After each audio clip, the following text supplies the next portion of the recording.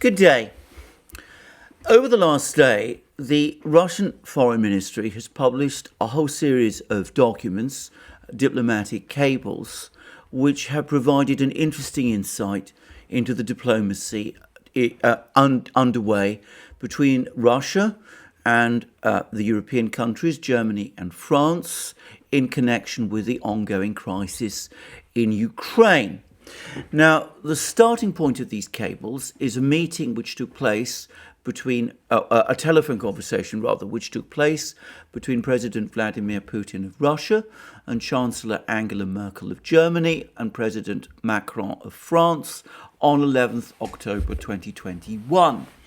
But before dealing with that issue and going through the sequence of events which the cables outline, it's perhaps worthwhile taking a step back and taking an overview of the whole situation.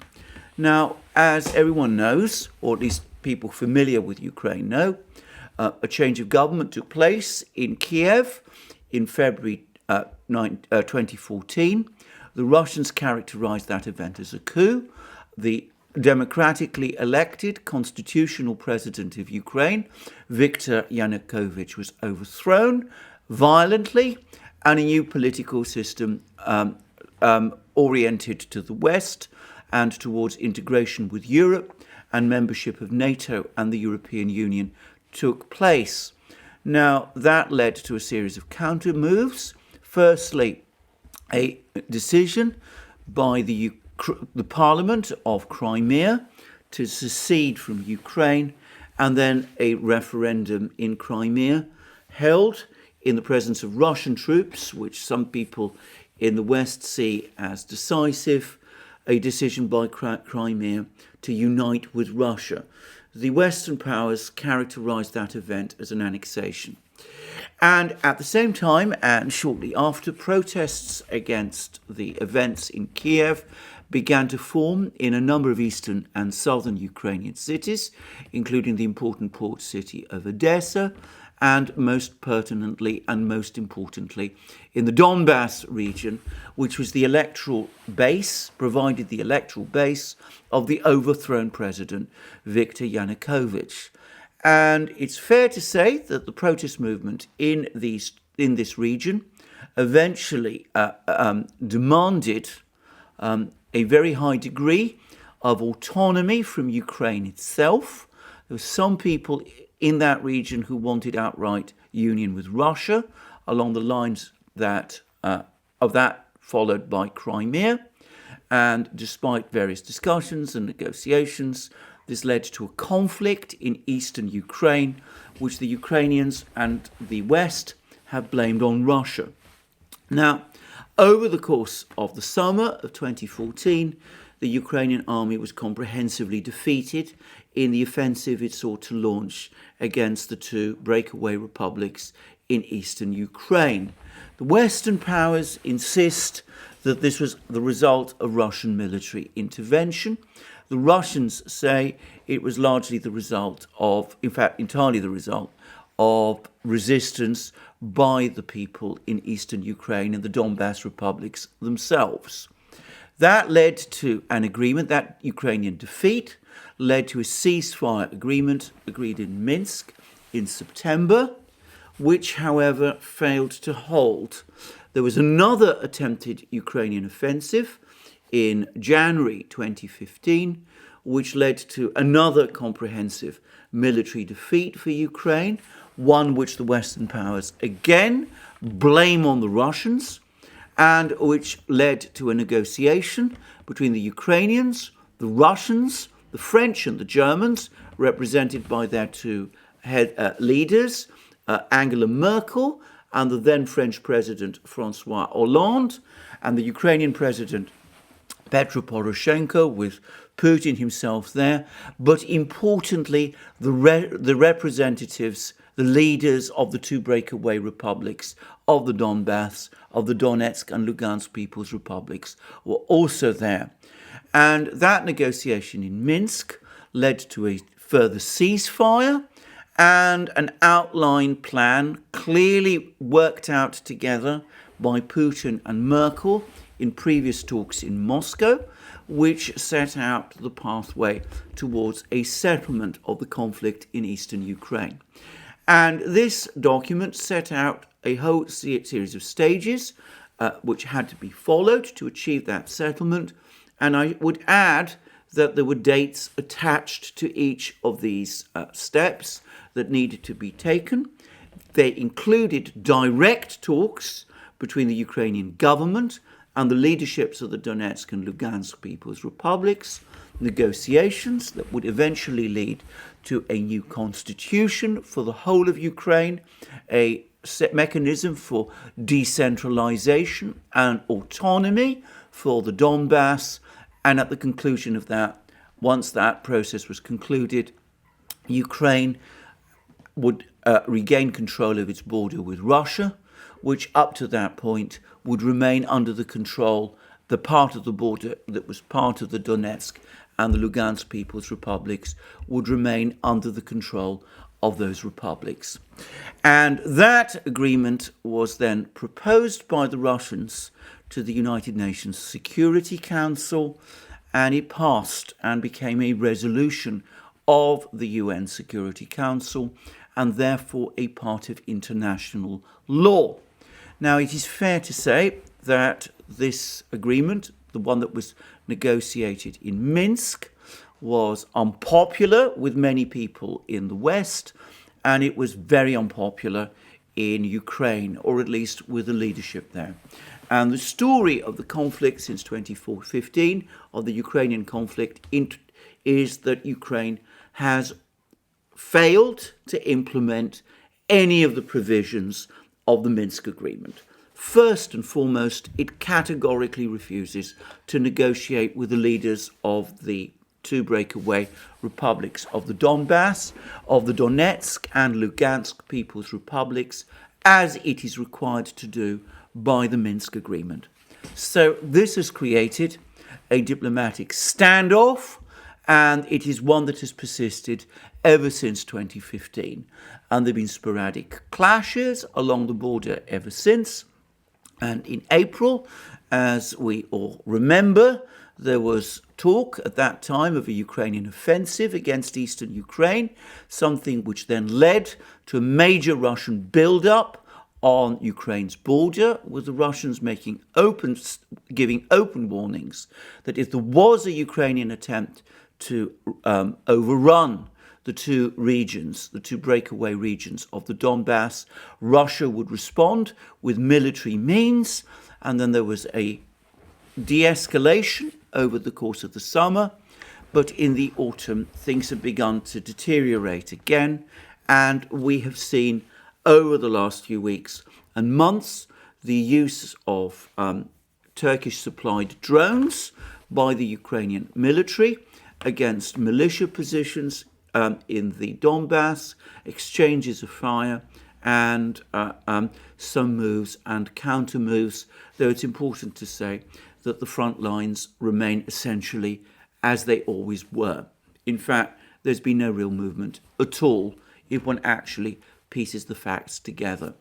But these moves and counter moves have heightened the tensions, and there have been reports over the last few days or weeks of another major build-up of Russian forces concentrated on the town of Yelnya, which is actually located 250 kilometers from the Ukrainian border, and also in Crimea.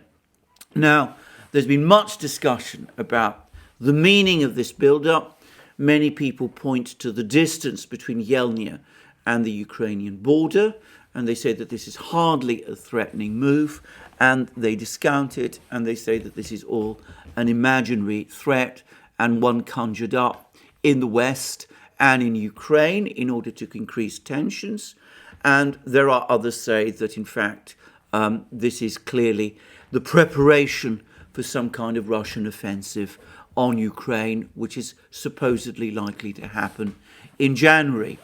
My own view, and I've expressed it before in earlier programs, is that the positioning of troops in Yelnya and in and around this region not directly on the border, but in the sort of rear areas, does actually position Russian forces in locations where they could be brought into action against Ukraine or against a Ukrainian offensive in the Donbass very rapidly in the event that such an offensive were to take place. They are precautionary steps. I certainly don't think they are aggressive ones. I don't think anyone in Moscow is planning, as we speak, an offensive war against Ukraine, but they are prepared for a counteroffensive should Ukraine go violate the provisions of the Minsk Agreement. It's important to say that the Minsk Agreement, as I said, is part of international law, and launch an offensive on eastern Ukraine. In fact, the events in 2008 during the Georgia crisis give us a sense of what would probably happen when Georgia in 2008 launched an attack on southern Ossetia, a breakaway region of Georgia, in which Russian peacekeepers were deployed under the provisions of a United Nations ceasefire. The Russians first contacted the UN Security Council and requested a UN Security Council resolution for the immediate withdrawal of the Georgian troops. This is what the international law requires a country like Russia that finds itself in that sort of situation to do. When the Western powers blocked the attempt by the Russians to secure a UN Security Council resolution, something which I'm sure the Russians never expected would happen, the Western powers would agree to, the Russians launched their counteroffensive and defeated the Georgian army, as we all know, within 3 days. And I suspect that we'd see the same playbook used in the event that there was a Ukrainian offensive in the Donbass. There would be an immediate, urgent Russian move at the UN Security Council, asking for an immediate ceasefire and a return to the ceasefire lines when the Western powers either prevaricated or blocked the proposed resolution.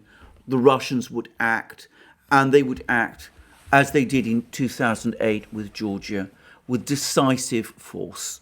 So that, I think, is the situation that we are looking at the moment. And as I've discussed in various programs, this is all happening against a background of a deepening economic and political crisis in Ukraine itself. Ukraine is struggling to buy gas on the European spot market. It can't, moreover, it can't rely on its position as a transit state with Russian gas persisting for much longer, given the construction of the Nord Stream 2 pipeline. I've discussed, by the way, in a video I've done for locals, why I think that the belief that many people have, that some people seem to have, that the delay in the certification of the Nord Stream 2 pipeline is a major event. I don't think so. I think it was a delay that the Russians themselves sought for technical reasons. You can see that program on locals. I am sure that by the summer at the latest, Nord Stream 2 will be pumping gas into Germany and Europe. And I think the Ukrainians know it, and they're becoming extremely concerned because the gas that they use in Ukraine is actually gas which comes from Russia, which passes through Ukrainian pipelines, which the Ukrainians then siphon off and for which they pay their European customers. If the gas is no longer flowing down those pipelines from Russia, which looks increasingly likely after 2024, 2025, then at that point, Ukraine has no gas. And that is going to be a serious crisis for Ukraine. And on top of that, and beyond it, there is the further fact that the Ukraine is now running out of coal stocks to keep its power stations going. It no longer imports coal from Russia, or at least has reduced its imports from Russia. It's finding it very difficult to find replacements for both its coal and its gas from other regions, at least at an affordable price. And all of this is happening in the midst of a gathering political crisis, with talk that some of the oligarchs in Ukraine are becoming completely exasperated with the Ukraine's President Zelensky, and are moving or maneuvering to remove him, and that this might take place over the course of this winter. So in this crisis, Ukraine has taken a number of steps. Firstly, back in the spring, when it became clear that a Ukrainian military offensive in eastern Ukraine would result in a Russian counteroffensive, Zelensky, and it's now clear that he did so at the urging of the Western powers, asked for a summit meeting with Putin. And the purpose of the summit meeting was presumably to try to come to some kind of negotiation over the situation in eastern Ukraine. However, Putin categorically refused. He refused to meet with Zelensky because he insisted that the crisis in Ukraine, as set out in the Minsk Agreement of February 2014, is an internal one. He said to Zelensky, there's no point in having a meeting, because if there is such a meeting, then you would be treating me as a party to the conflict, which I am not, and the people you must speak to instead are the leaders of the Donetsk and Lugansk People's Republics, as you are required to do under the provisions of the 2015 Minsk Agreement. And the sequel to this is that over the last few months, as the situation in Ukraine continues to deteriorate, both Zelensky and the Western powers which support him, and which are clearly becoming increasingly concerned about the situation in Ukraine, have refused to take Putin's no for an answer.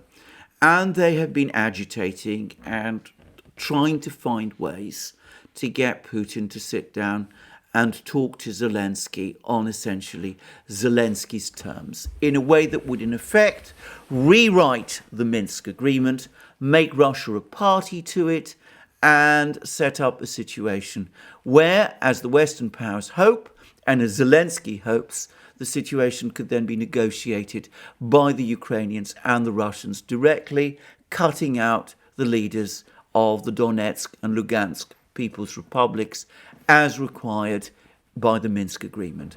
And I think part of the background, part of the reason for some of this urgency is not just the situation in Ukraine itself, which undoubtedly is causing growing concern in the West, but also a feeling that the tide of events is turning against Ukraine, and that the Russians are starting to lose interest in negotiations. Firstly, from a Western point of view, it's clear that the sanctions pressure, which the West started to apply on Russia in order to get Russia to bend to the West's will over Ukraine, the sanctions pressure has failed. Russian policy has not changed. The Russian economy has proved resilient, and Russian economic growth has not only resumed, but is actually getting stronger. Over and above and beyond that, there is the concern about the fact that Russia seems to be aligning itself increasingly closely with China. And that, I think, is something which is causing serious worries in some parts of the Western military and foreign policy elite. But there is another factor too, which is that it is becoming increasingly clear, I think, to some parts of the European leadership, that the Ukrainian crisis is now beginning to impact directly upon their own interests. The Germans stand in urgent need of a pipeline of natural gas from Russia. Without that natural gas, German industry goes short of affordable energy. And already there are reports this winter that with energy prices spiking, the German car industry is in crisis, as it also simultaneously has to struggle with a shortage of semiconductors and microchips. So there is a serious problem for the German economy, for the German industrial economy. And this problem, though Germany is to some extent the focus of it, is now starting to extend across the whole of Europe. Increasingly, we're hearing stories this winter of rolling blackouts across Europe because Europe can't get all the gas it needs from Russia because of the political crisis between Europe and Russia, which has delayed completion of Nord Stream 2, and because of increasing Russian unwillingness to send more gas through Ukrainian pipelines and onto the European spot market, and also, and importantly, and this is a further factor, because of Russian needs to replenish their own gas reserves. So there is growing European concern about this. And there is also, I think, growing European concern in general that with the situation with Russia as bad as it is proving increasingly difficult for Europe to move forward on various plans and initiatives that the European leaders had. Now, this is a huge topic, and it's not one that I propose to discuss in this program, but I think that it's probably fair to say that the whole process of European integration that was launched by the European Union in the 1990s predisposed Russian consent. It was necessary for the European Union to obtain that unrestricted access to Russian gas and energy and raw materials in order to make the EU project viable. And it's become increasingly clear that without that support, without that backing from Russia, the project is beginning to suffer extreme and increasing stresses. This is a major concern to some of Europe's leaders, most especially that most passionate integrationist of all, who is, of course, President Macron of France. That is why Macron has been agitating for some kind of rapprochement with Russia, because he understands that Russian support is needed in some form to make the overall project of European integration possible. So the Europeans have been caught in something of a bind. They have a crisis, a festering crisis in Ukraine itself, which could easily spiral out of control, both politically, internally within Ukraine itself, and externally in the event that there is a war in Ukraine, in which Ukraine would lose and which would hand them with an enormous debacle. They are sensing that their own economic position is becoming increasingly difficult.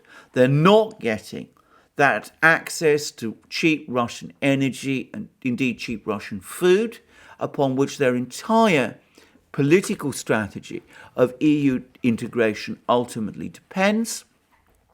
And I think that they are increasingly sensing that they are, in effect, in a diplomatic and economic and political dead end.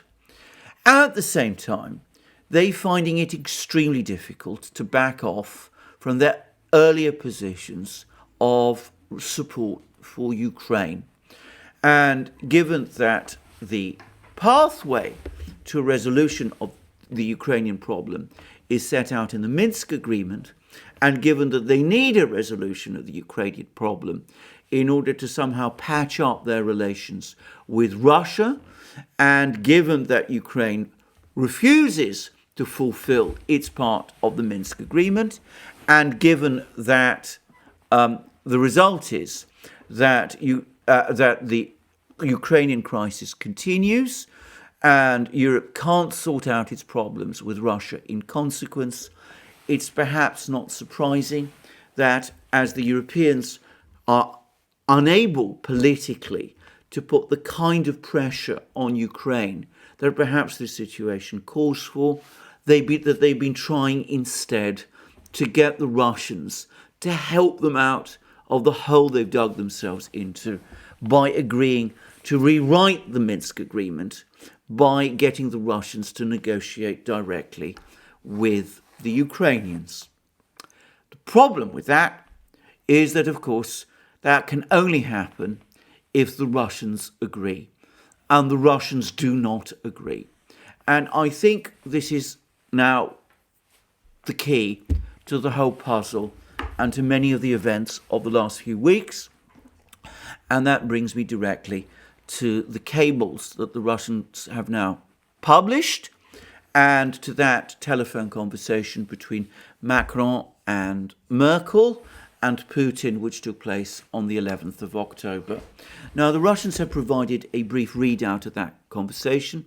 I discussed it in an earlier program, but it's not particularly informative. What is clear is that the Europeans, Merkel and Macron, pushed Putin for a Normandy 4 meeting. That is a meeting of the leaders of France, Germany, Ukraine, and Russia. Now, this is clearly an attempt to set up some sort of meeting between Putin and Zelensky, though not a bilateral meeting, because the Russians had categorically ruled that out already, and there was no possibility of that happening, but a meeting nonetheless, which might start to edge the Russians gradually, or so the Europeans hoped, towards an acceptance of a new status as, in effect, parties to the Ukrainian conflict. And what happened over the course of this telephone call is that Macron and Merkel found Putin completely unreceptive. Putin told them, look, we've had all of these various agreements with the Ukrainians. There was the original Minsk agreement, which Ukraine is not fulfilling.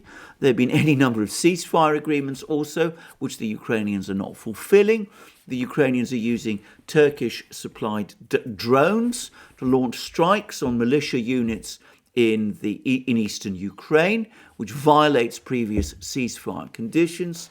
Why should I have another meeting with you and with Zelensky when the Ukrainians are not fulfilling that which they had already committed themselves to do? And I don't really see the point of this meeting, and I'm not really very keen on having that meeting. And once again, it's clear that Merkel and Macron refused to take no for an answer. And what they said to Putin is, well, all right, we accept that we can't have a meeting at the moment, but let's try and work and build towards having a meeting eventually. And let's first get the advisors of the various presidents to sit down and talk to each other and to come to some kind of agreement about the format of this meeting. And let's have a meeting of foreign ministers in November. And then maybe once all that's done, maybe we can move forward to a formal summit meeting at which the four leaders sit down and talk with each other and chart some sort of way forward. And Putin came back and said, look, I'm not particularly persuaded about this, but I'm not going to say no, since this is only talks about talks. By all means, let us have our advisors meet, and let's see whether a foreign ministers meeting can happen. And then if all that goes well, then maybe we can go ahead and have that meeting of leaders take place sometime next year. Anyway, that was what was agreed on over the course of that telephone call on the 11th of October. And then things immediately began to go wrong. Firstly, the Ukrainians seized on Putin's comments to say that he had agreed to a meeting with Merkel, Macron, and Zelensky. And the Russians immediately said that this was not true and that the Ukrainians were misrepresenting the position. But much more importantly, and far more fundamentally, it's quite clear that what the Russians were really doing, what Putin was really doing, was that he was out to call the Europeans bluff. Because a series of cables then followed from the Russian Foreign Ministry. I'm providing a link where they can all be found. Some of them, by the way, are in Russian, in which the Russians basically said, right, let's have this meeting. Let's first of all agree, however, that the basis of this meeting is a general recognition by all the parties that the conflict in Ukraine is an internal one, and that the solution to it is direct negotiations between Ukraine and the leaders of the two breakaway republics of the Donbass, the Donetsk and Lugansk People's Republics, and that's what the draft resolution of the planned foreign ministers' meeting in November should say. There should be a draft statement to that effect, signed off by the Ukrainians as well. And then on that basis, with the acceptance on the part of all the parties that this is an internal conflict and that implementation of the Minsk agreement requires direct talks between Ukraine and the leaders of the two breakaway republics of the Donbass, the Donetsk and Lugansk People's Republics, then we can have this meeting of leaders in early 2022, and that can then agree on the framework of the talks. Now, that was, as I said, a decision by the Russians to call the Europeans bluff, because, of course, there is no conceivable way at the moment that the Europeans can do that. They're not prepared to put pressure on Ukraine to negotiate with the Donetsk and Lugansk People's Republics, and the Europeans, as a result, were never going to agree to a foreign ministry, to a draft statement which would require the Ukrainians to do that, because they knew perfectly well that the Ukrainians would refuse to sign it. So what the Europeans did is that they explained all this in a letter to Sergei Lavrov, the Russian foreign minister. And I'm going to briefly read the first two paragraphs of this letter. This letter was in English, and it reads as follows. Dear colleague, that refers to Lavrov, we received your letter 29th October 2021. We fully agree that it is important to continue and to step up our joint efforts as members of the Normandy format towards the political settlement of the conflict in eastern Ukraine. Our heads of state and government reiterated the need for a ministerial meeting of the Normandy format. That's the format which brings together the leaders of France, Germany, Russia and Ukraine during their phone call on 11th October 2021, which we would like to hold on 11th November 2021 in Paris.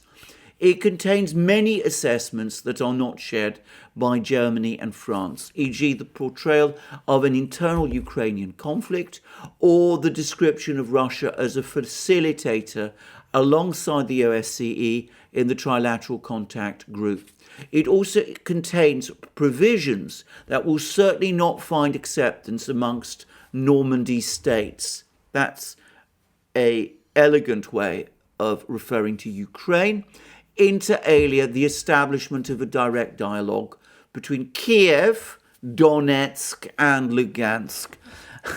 And it admits that the ODYSEE must be allowed fully to implement its mandate, and to that end must be granted safe and secure access throughout Ukraine. And then the rest of the letter goes on like this. Now, as I said, this letter from Lavrov was intended to produce that reaction.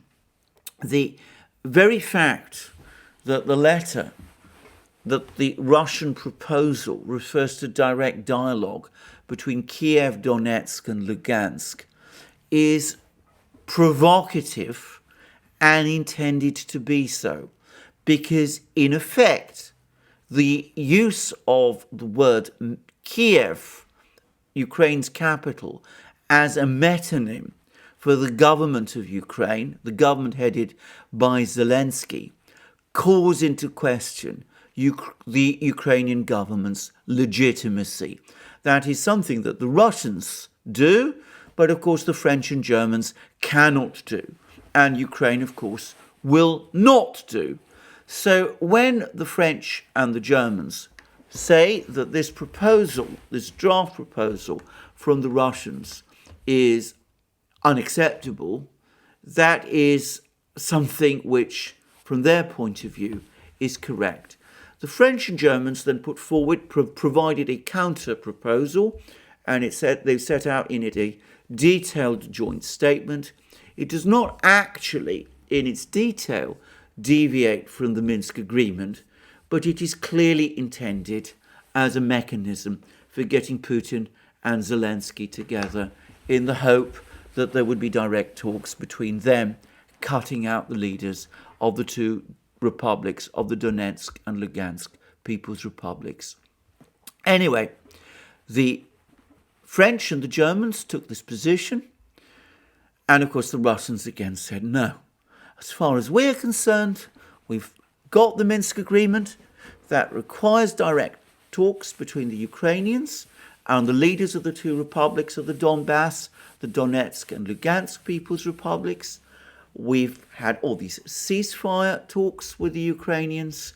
The Ukrainians have failed to abide by any of their obligations.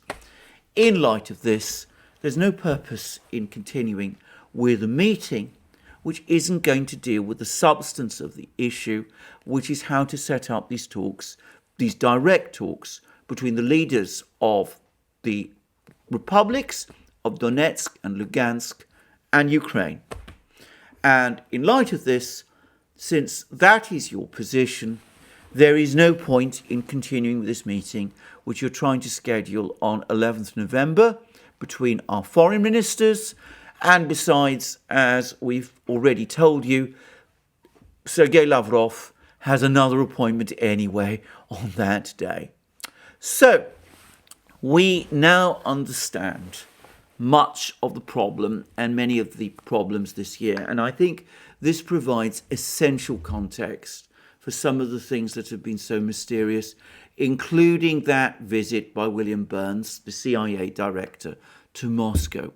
What is really worrying the Western powers is not that the Russians are about to launch an attack on Ukraine. I think they are worried that Ukraine, in its desperation, might lash out and launch some kind of attack either on Russia or on the Donbass, which would be a disaster. But what is really worrying and concerning them is that the Russians are proving immovable. They are not prepared to budge an inch from the requirement in the Minsk agreement that there be direct talks between Ukraine and the leaders of the two republics of the Donbass, the Donetsk and Lugansk People's Republics. So first, Victoria Nuland went to see if she could talk the Russians round and failed. Then Burns, Director Burns, was sent to Moscow to see if he could get the Russians to move on this, to budge in some way. And again, he found the Russians utterly immovable on this, and with the Russians also, by the way, making it absolutely clear, apparently to him in private, that if there was a Ukrainian offensive, there would be a Russian counter-offensive with all the disastrous consequences for the West that would follow from that, and for Ukraine that would follow from that. And of course, the Europeans are finding themselves in an impossible position where they don't really have a pathway out of this problem. Now, this is, of course, a very bad situation for Ukraine. It is caught in a trap. It can't move forward and it can't move back. It can't implement the Minsk agreement because that would precipitate a political crisis within Ukraine with the hardline nationalists in Ukraine probably acting to overthrow whatever government in Kiev tried to move forward with that kind of approach, and at the same time, a deteriorating situation in Ukraine altogether, and by the way, a deteriorating economic situation in Europe, with Europe unable to secure its guaranteed supplies of Russian gas, and also finding that the whole situation in Europe is becoming increasingly tense because they can't resolve their issues with Russia.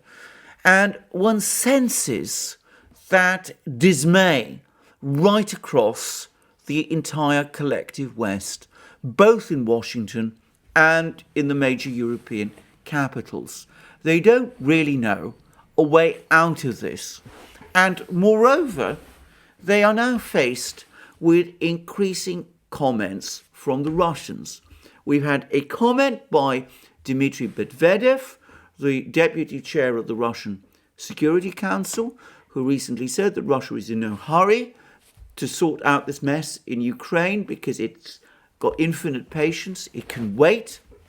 And we've had Putin in an interview which he gave recently on Russian television, which I discussed a few days in a video, saying exactly the same thing. He said, the Americans can send, warships to the Black Sea, they can make all kinds of threats, but we're not going to shift our position. And in fact, the Russians have combined all of this by essentially saying that they will wait because they can afford to. They've managed to reorganize their economy, so it is no longer dependent upon trade with the West. It's become essentially sanctions-proof. There's been strong economic growth in Russia this year. Russian reserves are at record levels. They've already got their backup ready in case they're disconnected from SWIFT. And they don't believe that the Europeans will cut off Russian gas and oil exports, because they know what that would do to worldwide inflation if they did. Besides, if something like that were to happen, the Russians have now secured alternative customers for their oil and gas in the Far East, both in the form of pipeline gas to China and increasingly in the form of liquefied natural gas to Asian customers also. So the only consequence of further sanctions of that nature would be to damage the Western economies at a time when they're already looking increasingly fragile. So the Russians can afford to wait.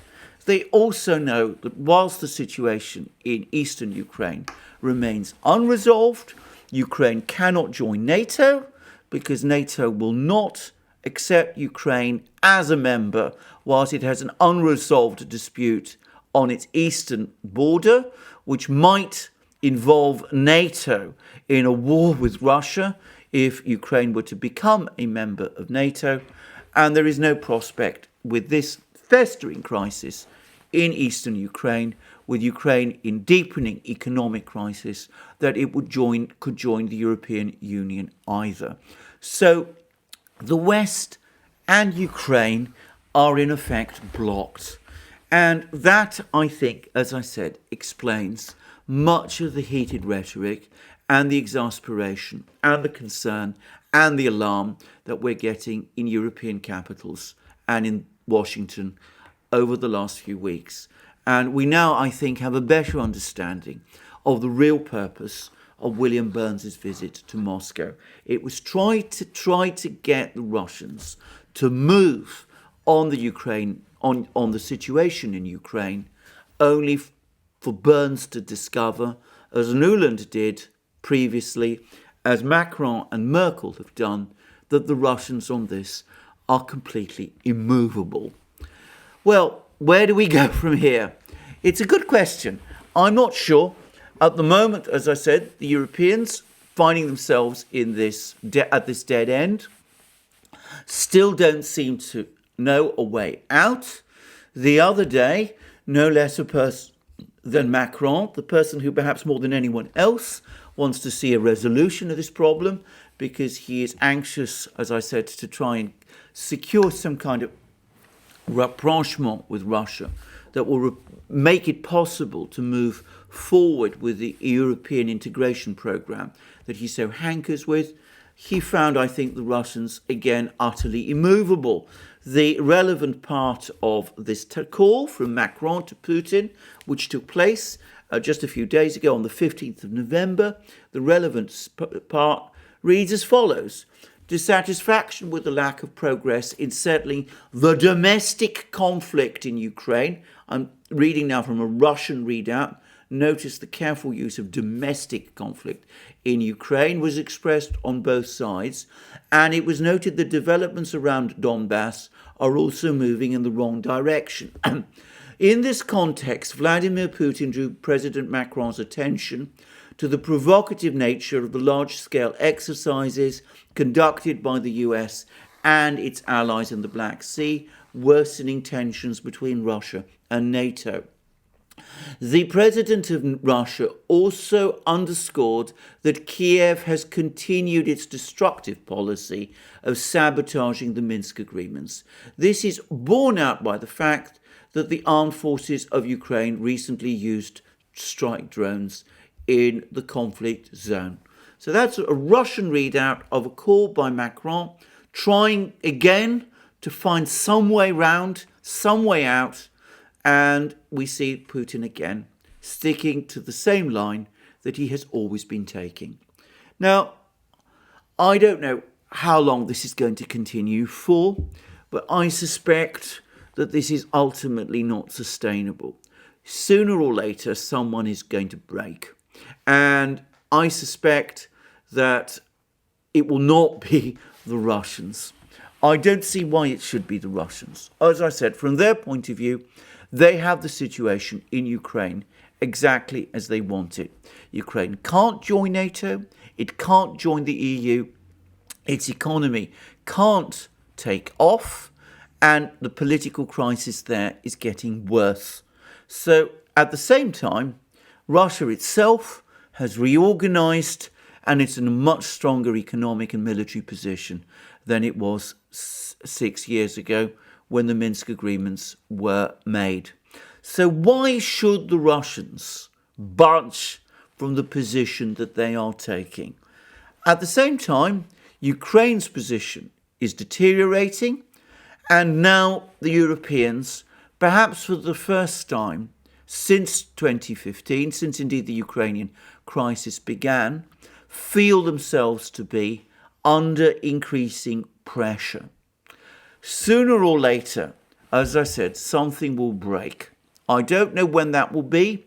Might be as soon as this winter, might be next year. It could be that, as I said, the Ukrainians will lash out and launch an attack either on the Donbass or, as some Ukrainians are even saying, on Crimea itself, in which case, as I said, the crisis will come to a head and Ukraine will be defeated, and the Europeans and the Americans will be even more badly bruised and humiliated than they were after the Afghan debacle.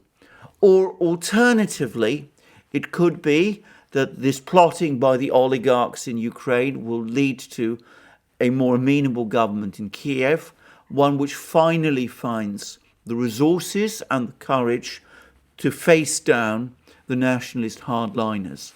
Or it could be that eventually a new leader will emerge in the West, realistically more probably in France than in Germany, who understands that the time has come to call time on this whole affair, and that it's important to move ahead with the Minsk agreement, and that means getting those direct negotiations, those direct talks between Ukraine and the leaders of the Donetsk and Lugansk People's Republics going.